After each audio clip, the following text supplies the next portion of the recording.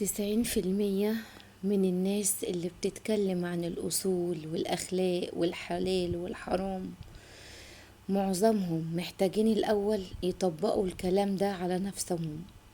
لأن الأصول مش كلام بيتقال، الأصول أفعال بتبان. والاحترام مش منشور على السوشيال ميديا، الاحترام بيظهر في المواقف. والدين مش وعظ للناس، الدين معاملة. عشان كده ما تنبهرش بكلام حد، اتفرج الأول على أفعاله، لأن اللي أصله طيب أفعاله هتتكلم قبل لسانه. السلام عليكم ورحمة الله وبركاته. اللهم صل وسلم وزد وبارك على نبينا محمد وعلى آله وصحبه وسلم. ازيكم يا أحلى ناس في العالم؟ عاملين ايه؟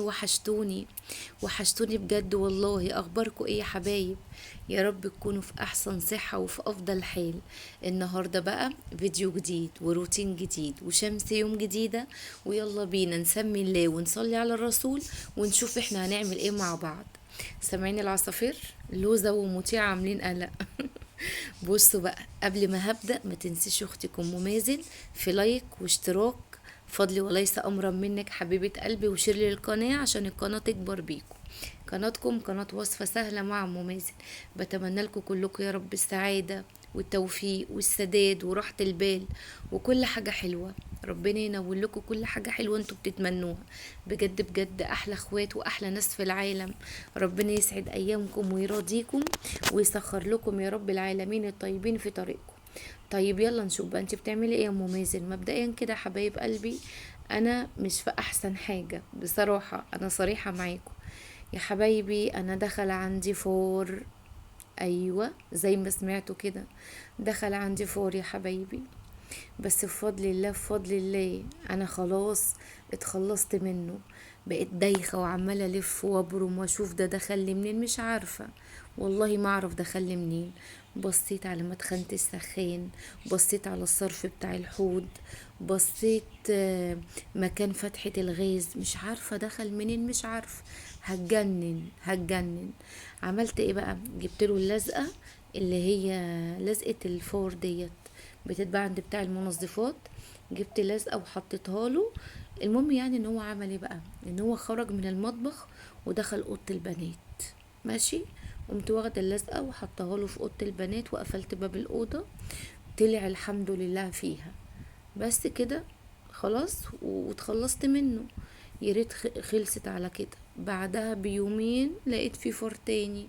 مش عارفه اعمل ايه، مش عارفه. اللي عنده نصيحه يقول لي. مش عارفه اعمل ايه. هتجنن بجد، بجد هتجنن. المهم عملت ايه؟ مسكت نظفت الدنيا كلها، غسلت بقى الرخامات وفضيت اللي عليها وصبنته، وغسلت كل بصوا انا عايزه اقول لكم ان انا مسكت كل اللي على الرخامه شلته، كل اللي على الرخامه شلته.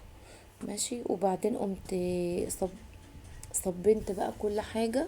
وبعدين قمت جايبة بقى البوتاجاز بتاعي برضو، لاني ما اخبيش عليكم يعني قرفت قلت اكيد مشي عليه. قمت جايبة البوتاجاز بتاعي زي ما انتوا شايفين كده بالصابون السائل، وما استكفتش بكده. يعني انا ما استكفتش بكده، انا بحب ادعك الحوامل بتاعتي بالسلكة وهي في مكانها. ليه بقى؟ بحس ان انا ملكها اكتر من ان انا اشيلها وادعكها في الحوض. دعكتها كلها يا بنات كده بالصابون السائل وما استكفتش. قمت جايبه سترس وغرقت الدنيا سترس، فضلت ارش يمين وشمال زي المجنونه. والله العظيم زي ما بقول لكم كده يا بنات، وحياة ربنا انا هتجنن من موضوع الفيران ده.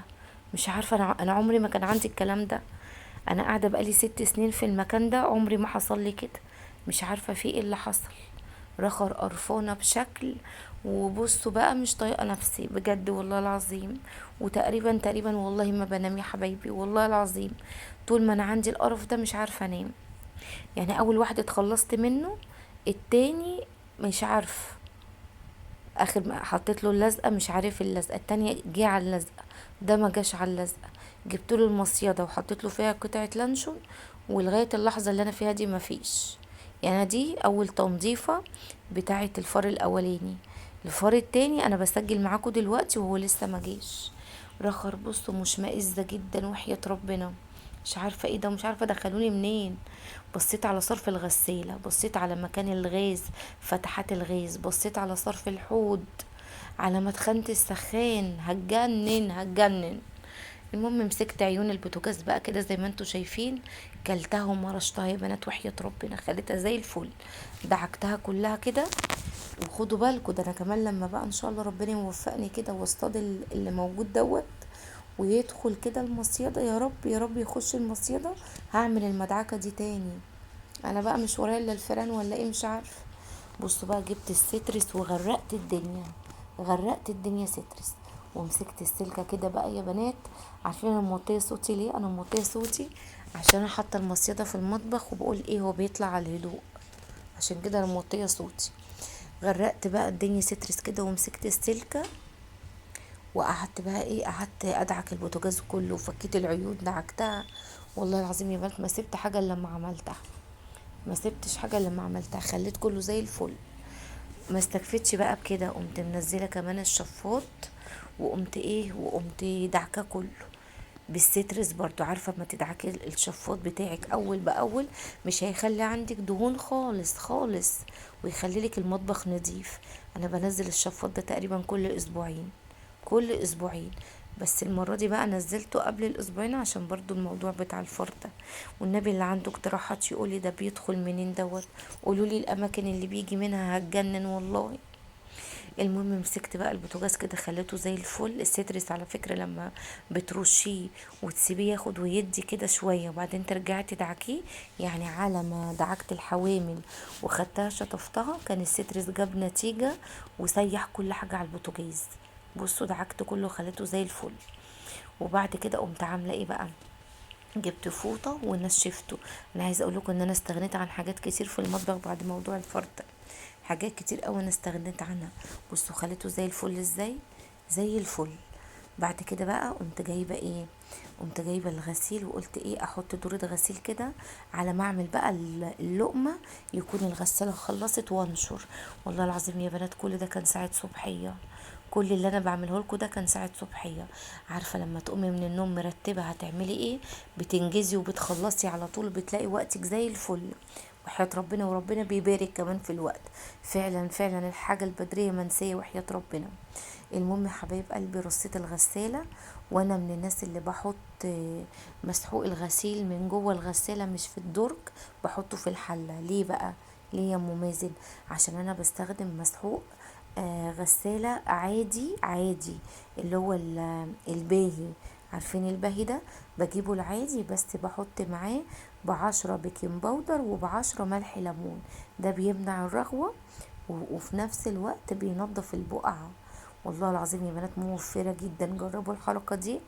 طبعا وانا بجيب حاجات من تحت قمت جايبة ايه، قمت جايبة، بصراحة يا بنات انا ما يعني ما فرستش حاجات كتير عندي، فبدأت بقى ان انا اتسوق وافرز. ده بقى يا بنات كان لبن غلي عندي بس قطع، مع اني والله حاطاه في التلاجة، بس من الحر هو قطع خالص. فانا عملت ايه بقى، خدته وصفيته في مصفى كده، انا عايزاه يتخلص من المية بتاعته كلها، عايزة بس الكتل بتاعته. ماشي، انا هعمل منه احلى طبق جبنة. عايزة اقول لكم الجبنة بتاعته خطيرة يا بنات. مسكت اللبن صفيته كله، خليت المية كلها نزلت وقطع الجبنة بس هي اللي بقت فوق. وبعد كده اتأكدت ان هي ما فيهاش ولا نقطة مية.